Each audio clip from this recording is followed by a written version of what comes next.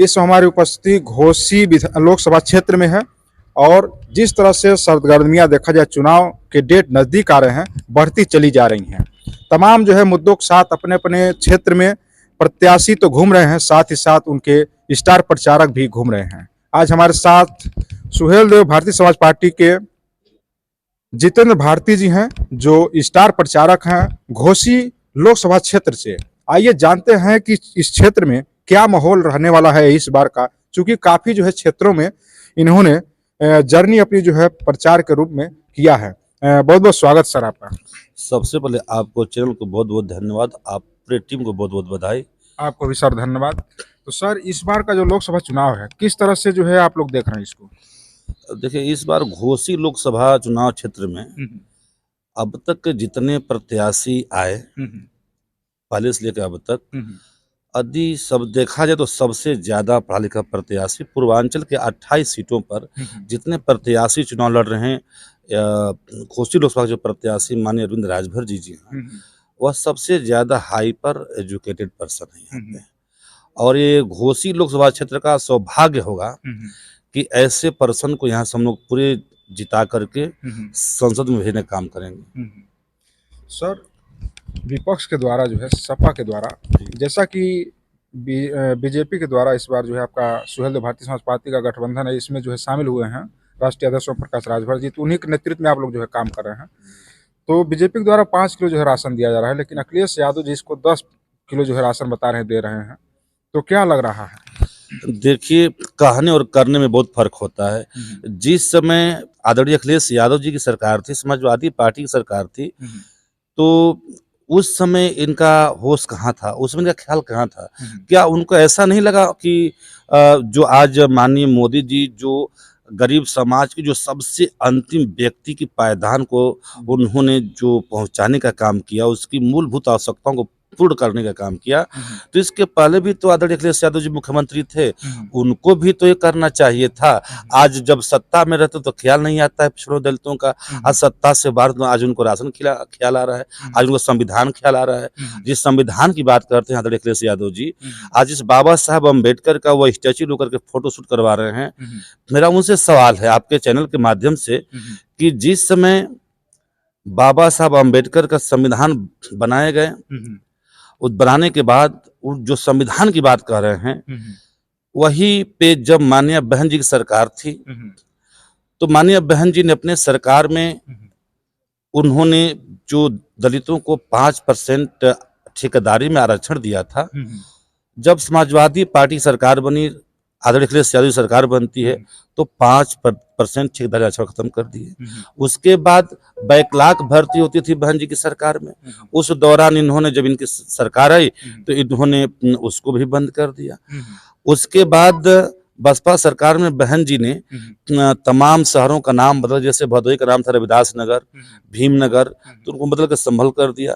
तो आखिरकार यदि इनको इतनी निष्ठा थी बाबा साहब अम्बेडकर के प्रति, चाहे वो जितने भी हमारे महापुरुष हैं, चाहे ज्योतिबा फुले नगर रखा गया था, भीमनगर रखा गया था, रविदास नगर रखा गया था, तो इनको कौन सी पीड़ा थी, कौन सा दर्द था, उस समय इनको ख्याल नहीं आया। आज इनको नाम बदल करके याद आ रहा है कि आज हम उनकी विरासत को बचाने चले हैं। ये उनकी कहीं न कहीं इरादा सही नहीं है, वह कहीं न कहीं गुमराह कर रहे हैं, उनकी सोच विचार, उनकी मानसिकता सही नहीं है। उतना ही नहीं, उन्होंने जो दलित प्रमोशन का आरक्षण बिल था, जिसमें हमारा भाई जो डीएम बन गया था, वह जब यह प्रमोशन में आरक्षण खत्म कर दिए तो वह मजबूर होकर के उन्होंने सोचा कि हम एडीएम बन जाएंगे, तो उन्होंने आंखों में आंसू लेकर के अपनी दर्द पीड़ा दलित समाज का बेटा, वो लोग रिजाइन दे दिए कि कम से कम हम पूर्व डीएम तो कहलाएंगे। जो हमारा भाई एसडीएम था, तहसीलदार बन गया, वो मजबूर होकर रिजाइन दे दिया कि कम से कम हम पूर्व एसडीएम तो कहलाएंगे। इस कड़ी में तमाम लोगों ने आंखों में आंसू लेकर के ये हमारा दलित समाज समाजवादी पार्टी के घृणित कार्यों से, नापाक इरादों से मजबूर होकर के रिजाइन दे दिए और तमाम लोग कहीं न कहीं नौकरी से बेघर हो गए। तो उसमें उनको चिंता नहीं थी, उनको वो एक बनाए हैं बाबा साहब की वाहिनी बनाए हैं। तो मैं कह रहा हूं कि आज जो आपको चिंता सता रही है बाबा साहब के संविधान की, आज जब आप सत्ता में थे उस समय बाबा साहब के संविधान चिंता नहीं थी। अच्छा भैया, यहाँ पर जातिगत जो देखा जाए समीकरण है, यहाँ पर दलितों का लगभग 5 लाख के आसपास में यहाँ पर देखा जा सकता है, जातिगत जो है समीकरण है। तो क्या लग रहा है, गठबंधन जो है पीडीए का नाम ले रहा है, तो किस तरह से इसको जो है आप लोग मैनेज कर रहे हैं, किस तरह से?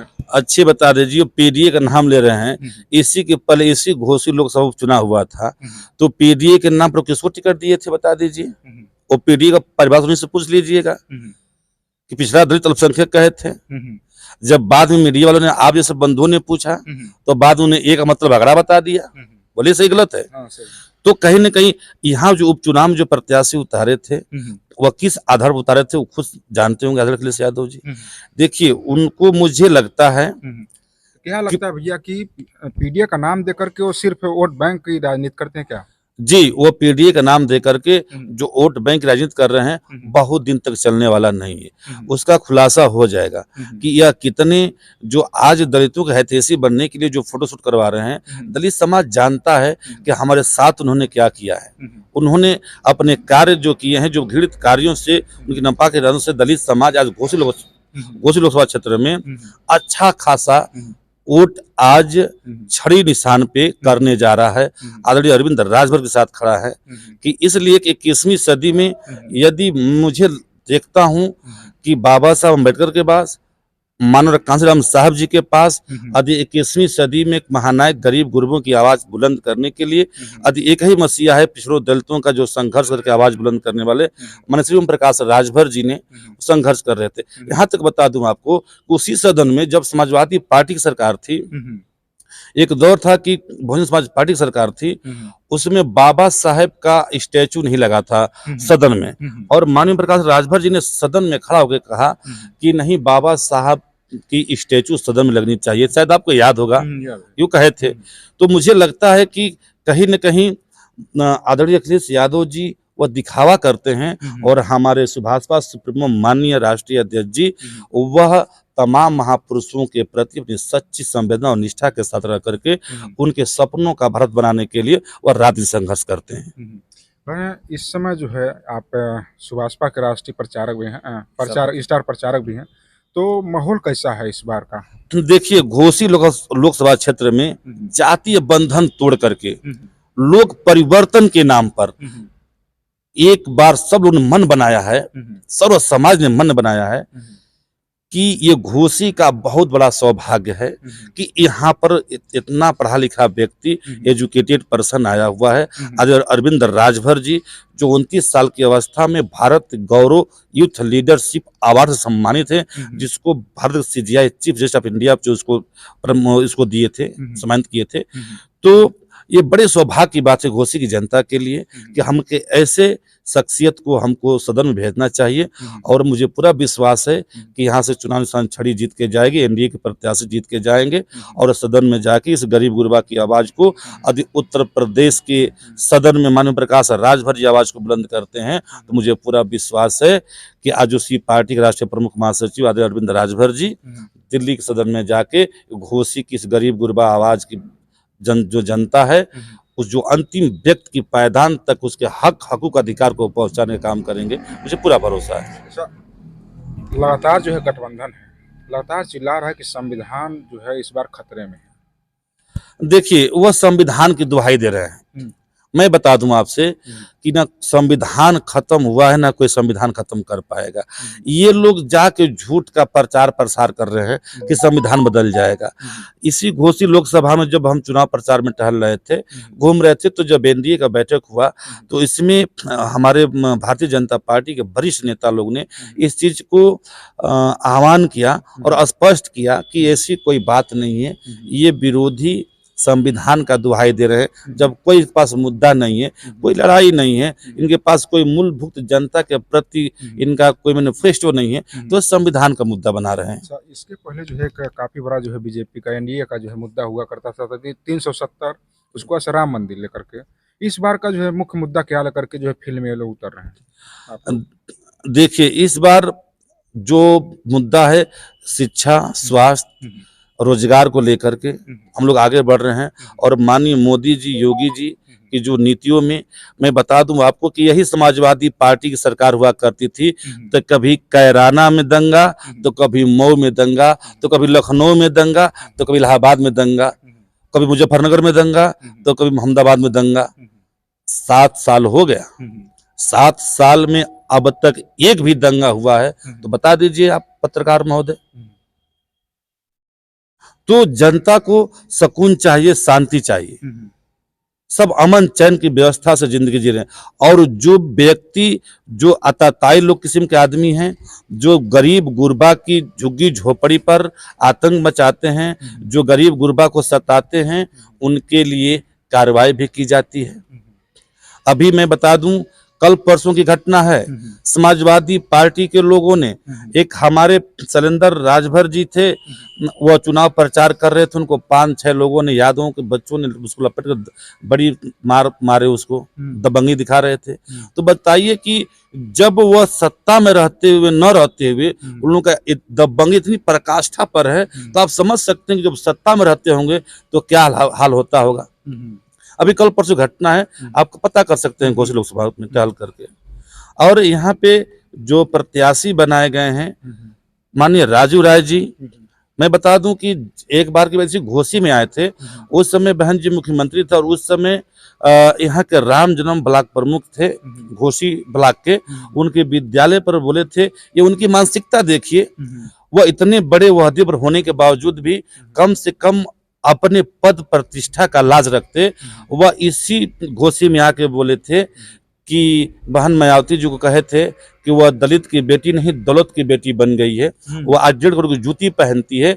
आज उस अपमान का बदला लेने के लिए आज हमारा समाज, दलित समाज, आज कहीं न कहीं उसे इंतजार कर रहा है कि अपनी वोट की चोट से आज ऐसे घृत मानसिकता के लोगों को, जो समांतवादी ताकतें हैं, जो दलित पिछड़ों के प्रति जिनकी निगाहें सही नहीं, जिसका विचार सही नहीं है, उसका हम वोट की चोट से बदला दे करके, वो समय आ गया है। और उस हम एनडीए के साथ खड़ा होकर के माननीय अरविंद राजभर जी को वोट करके हम लोग अपना बदला ले लेंगे।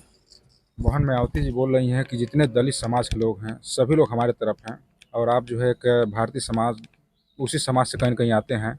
तो किस तरह से इसको देखा जाए कि दलित जो है एनडीए के साथ में हैं?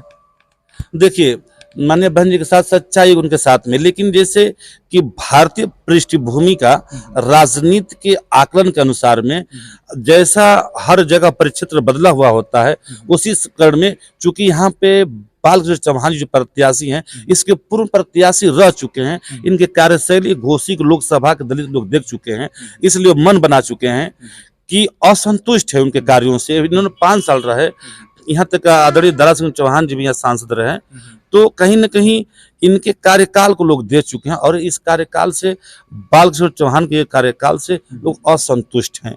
मैं बता दूं कि आदरणीय बालकृष्ण चौहान जी अपना एक विद्यालय बनाने का कटिहार धरती है, वहाँ पे बगल में दलित समुदाय रहते हैं, चमार समाज के लोग रहते हैं, उसके 15 लोगों पर धारा लगवाए हैं। और अभी का वीडियो वायरल हुआ था, पता नहीं, जानते नहीं, यही बालकृष्ण चौहान जी कहे थे, बहन जी पर आरोप लगा रहे थे। मैं उनसे मेरा सवाल है कि बहन जी धनदार नेता नहीं बोलती है, जनदार नेता नहीं चाहिए, वो धन बल के नेता हैं, उनसे मिलने में पैसा लगता है, यही वीडियो इनका चल रहा था। और बालकृष्ण चौहान जी हमारे बहन जी का अपमान किए।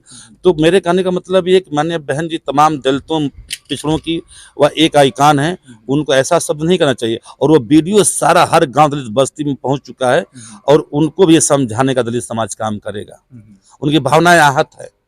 तो उस कड़ी में मैं नहीं जानता पूरा जो लोकसभा चुनाव लड़ रही हैं बहन जी, क्या वहाँ का मैं नहीं बता सकता, लेकिन घोसी का मैं जरूर बताऊंगा कि घोसी में लोकसभा में इस बार दलित समाज जो है एनडीए के साथ है, अरविंद राजभर जी के साथ है, चुनाव संघ छड़ी के साथ है। जिस तरह से आप स्टार प्रचारक हैं, शहरों में और गांव में घूम रहे हैं, क्या लग रहा है 400 पार का जो नारा है? देखिए, 4 जून को 400 पार होके रहेगा, इसलिए कि सर्व समाज ने मन बना लिया है कि एक बार पुनः तीसरी बार माननीय मोदी जी को प्रधानमंत्री बना करके देखना चाहती है भारत की जनता। चलिए, बहुत बहुत जो है धन्यवाद बातचीत करने के लिए। तो ये थे सुहेल देव भारतीय समाज पार्टी के स्टार प्रचारक जितेंद्र भारती जी, जिनसे बातचीत करके तमाम मुद्दों के बारे में हमने जाना है। आप लोग वीडियो के माध्यम से देखा भी है। चलिए, अपनी राय जो है कमेंट बॉक्स के माध्यम से दीजिएगा। मिलते हैं अगली खबर के साथ। जय हिंद, जय भारत।